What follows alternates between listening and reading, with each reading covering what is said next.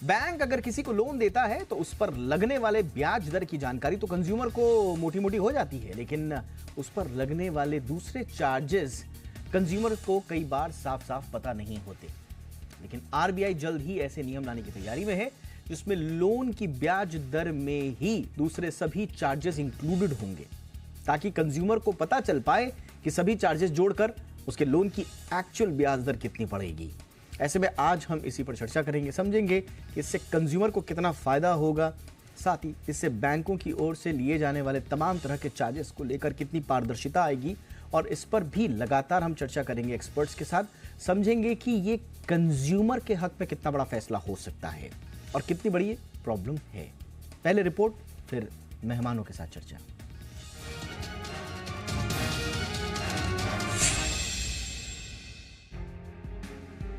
RBI ने monetary policy में loan पर लगने वाले चार्जेस में पारदर्शिता लाने पर जोर दिया है।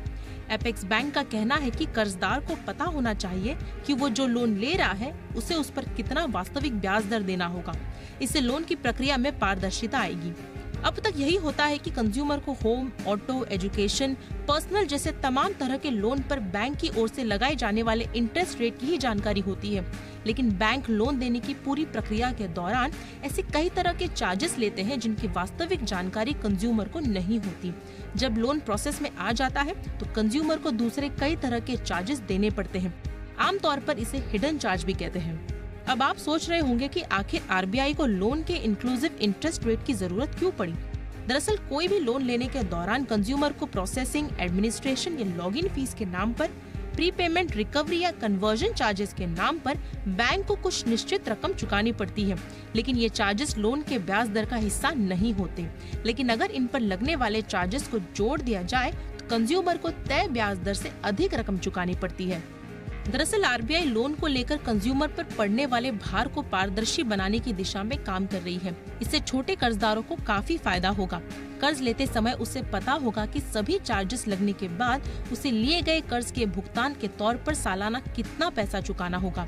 दरअसल की फैक्ट स्टेटमेंट यानी केएफएस के जरिए आरबीआई का मकसद रिटेल और एमएसएमई लोन के दायरे को बढ़ाना है। इससे कंज्यूमर कर्ज को लेकर होने वाले भुगतान का आकलन कर सकेंगे, साथ ही उन्हें कर्ज लेने ना लेने का फैसला लेने में भी आसानी होगी।